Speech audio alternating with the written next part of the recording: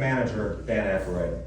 In other news, during the last few weeks in Los Angeles, actor Lee Marvin and his former live-in companion, Michelle Triola Marvin, have been in court to settle her claim that he owes her half his income from the 6 years they lived together.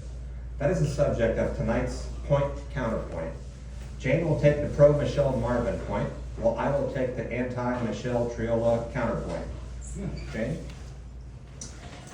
Dan, times change, and so does the nature of relationships. People are reluctant to get married these days, and looking at divorce statistics, who can blame them? But the lack of a piece of paper does not necessarily mean the lack of a total commitment.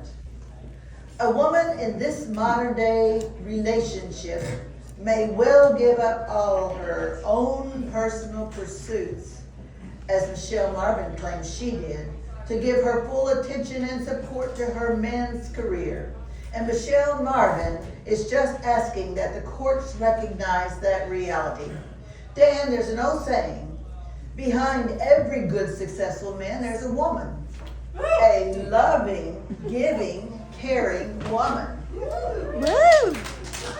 But you wouldn't know about that, Dan, because there's no old saying about what's behind the miserable failure like you.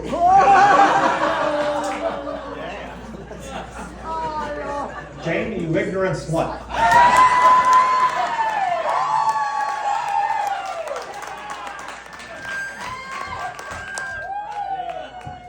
Bagged out, dried up meat like Michelle Triola knows the rules.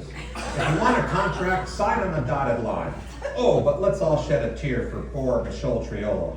There was only testimony that she had sexual intercourse over 40 times with another man while living with actor Lee Marvin.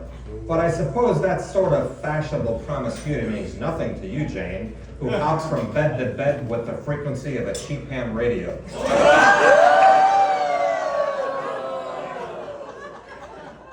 But hell hath no fury like a woman scorned, and Michelle Triola, like a screeching, squealing swamp sow, is after actor Lee Marvin's last $3 million.